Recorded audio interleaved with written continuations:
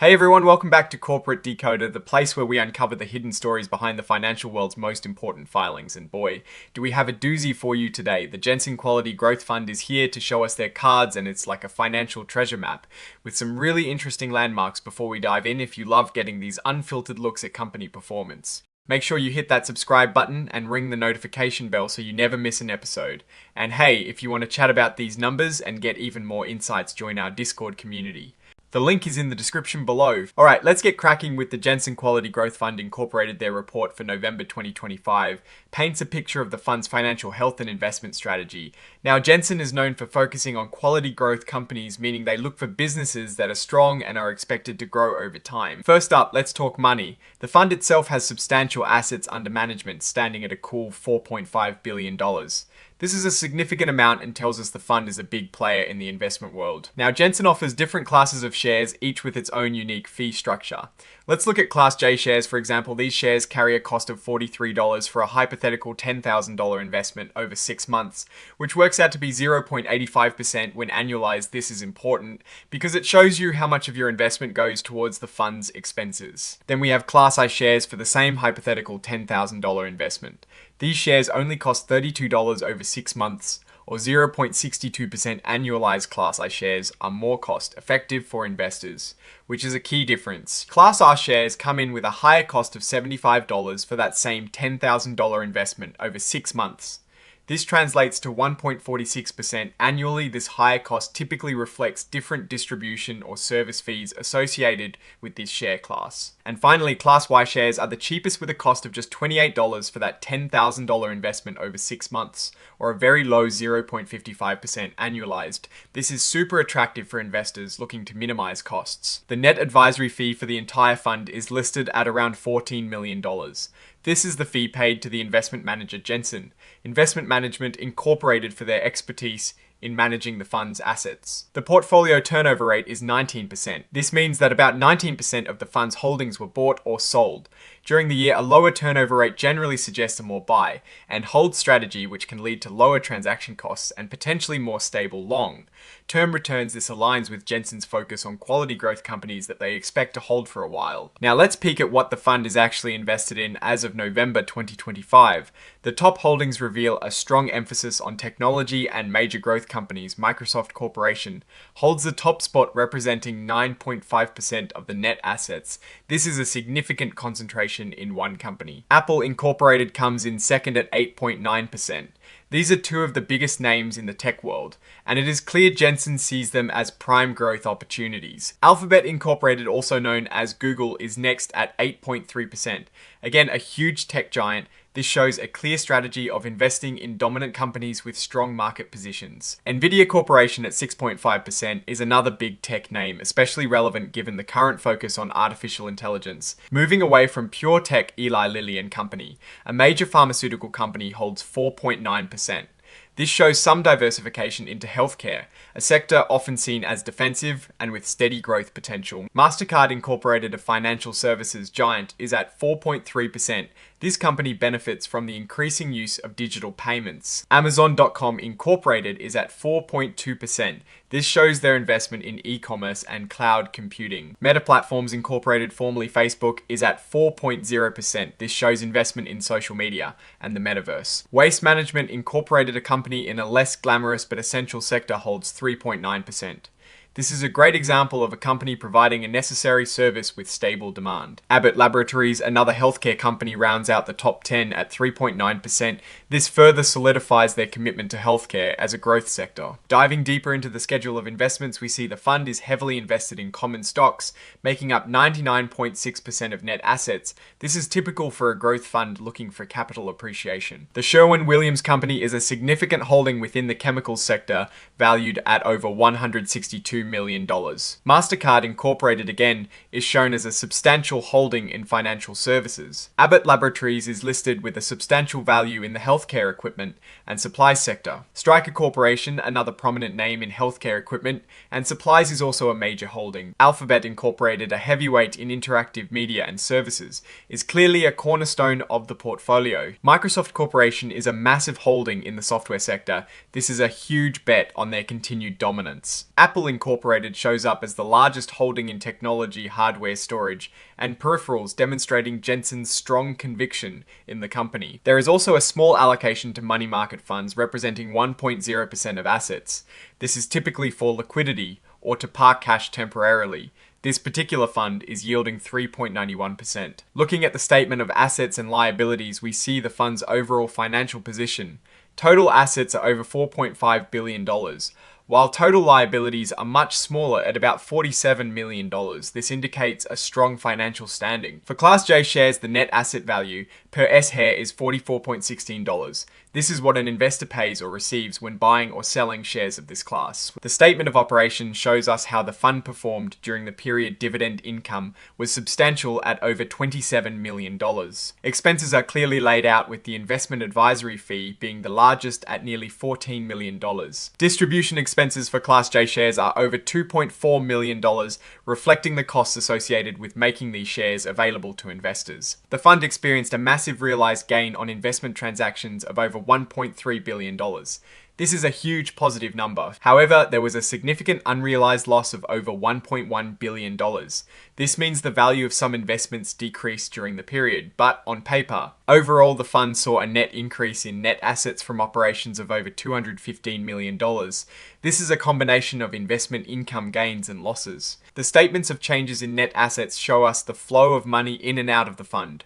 Over the 6 months ended November 2025, the fund had a net decrease in net assets from capital transactions of over $395 million. This means more money was withdrawn by investors than was put in. This led to a substantial overall decrease in net assets from the previous year.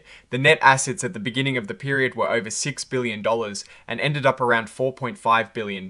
For Class J shares, there were significant share redemptions, meaning investors sold more shares than they bought. On the flip side, the reinvestment of dividends brought in over $500 million worth of shares for Class J, indicating that some investors chose to reinvest their earnings back into the fund. Let's look at the financial highlights for Class J shares. The total return for the 6 months ended the 30th of November 2025 was a positive 3.98%. Looking back to 2021, Class J shares delivered an impressive 33.95% total return, showing the potential for strong growth in prior periods. The ratio of expenses to average net assets for Class J is 0.85%. This is a key metric for understanding the ongoing costs of owning these shares. For Class R shares, the total return for the 6 months was 3.66%. The expense ratio for Class R shares is notably higher at 1.46%. This confirms what we saw earlier, that these shares are more expensive for investors. Class I shares gave a total return of 4.07% for the 6-month period, and their expense ratio is a much more competitive 0.62%. Class Y shares delivered the highest total return for the 6 months at 4.12% and boast the lowest expense ratio at 0.55%. Making them the most cost-effective option for investors. Now let's dig into the notes to the financial statements. These notes provide crucial context and explanations for the numbers we've seen. The fund primarily values its securities at last sale prices on major exchanges or official closing prices for NASDAQ-listed stocks for securities without readily available market quotes. Fair value is determined by Jensen Investment Management Incorporated. This ensures accurate valuation even for less liquid assets. The fund adheres to a fair value hierarchy levels 1, 2, and 3 to categorize investments based on the observability of their inputs. Level 1 is for quoted prices in active markets. Level 2 is for observable inputs, and Level 3 involves unobservable inputs. The fund states it did not hold any Level 3 investments, which means their valuations are based on transparent market data. The schedule of investments shows that common stocks make up the vast majority of the fund's holdings, valued at over $4.5 billion. The cost of these investments was over $2.4 billion. This means the fund has seen significant appreciation on its holdings. The net unrealized appreciation, the difference between the current value and the cost, is a substantial $3.2 billion. This is a massive gain on paper, indicating strong performance of their chosen stocks. Undistributed long-term capital gains for tax purposes are over $1.2 billion. This highlights significant profits that have not yet been distributed to shareholders. The fund has access to a line of credit up to $400 million with US Bank. This is a safety net to meet redemption requests or other temporary needs. The interest rate is tied to the prime rate less 1%. The investment advisory and service contract with Jensen Investment Management details. The fee structure is tiered based on assets under management starting at 0.50% for assets up to $4 billion and decreasing as assets grow. This is a common practice to reward funds for reaching higher asset levels. A significant portion of the fund's shares are held by large financial institutions like Charles Schwab Incorporated, State Street Bank and Trust Company, and Edward D. Jones and Company. This is common for mutual funds and doesn't necessarily indicate a shift in control, but shows broad investor participation. The report details the board's approval process for the new investment advisory agreement. This process involved rigorous review of services performance fees and the advisor's profitability. The board ultimately found the terms fair and reasonable. The statement regarding the basis for approval of the investment advisory contract elaborates on the board's decision. Making process, they looked at the nature and quality of services provided the fund's investment performance compared to benchmarks, like the S&P 500 index, and the fees charged relative to peers. The board compared the fund's advisory fee and overall expense ratio to similar funds in its category. They found the blended advisory fee to be below the median for some comparisons, but above the median for others. The expense ratios were also carefully examined. The shareholder meeting results show overwhelming approval for the new investment advisory agreement and the election of the board of directors. This indicates strong shareholder confidence in the current management and direction of the fund. Now let's put on our Warren Buffett hat and look at what this all means. Jensen Quality Growth Fund is clearly invested in some of the biggest and most influential companies in the world, especially in technology and healthcare. This aligns with their strategy of investing in quality companies expected to grow over the long term. The high concentration in top holdings like Microsoft, Apple, and Alphabet suggests a strong conviction in these companies' future prospects. However, the report did show a significant unrealized loss in the period. This is a min. So that even the best companies can face market headwinds, and that investing always involves risk. The fact that the fund is still showing a net increase in assets from operations.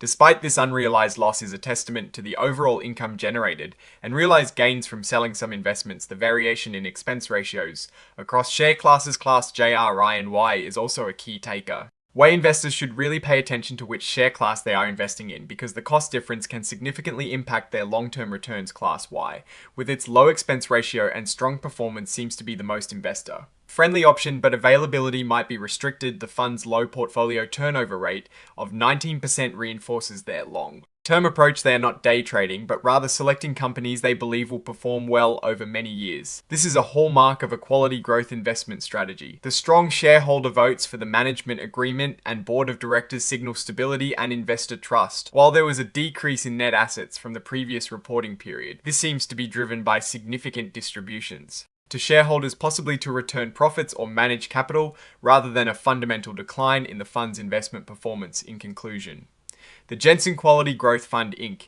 is a well-established fund with a clear strategy of investing in high quality growth companies. Its top holdings are a who of the market's most dominant players. The fund's financial performance in this reporting period shows both strong gains from realized investments and unrealized paper losses, highlighting the inherent volatility of the stock market. The key for investors remains understanding the different share classes and their associated costs. What do you think about Jensen? Its investment choices and their strategy? Let us know your thoughts in the comments below. If you found this deep dive helpful, give this video a thumbs up and subscribe for more unbiased financial analysis. And don't forget to join our Discord community for even more exclusive content. Thanks for watching, and we'll see you in the next video.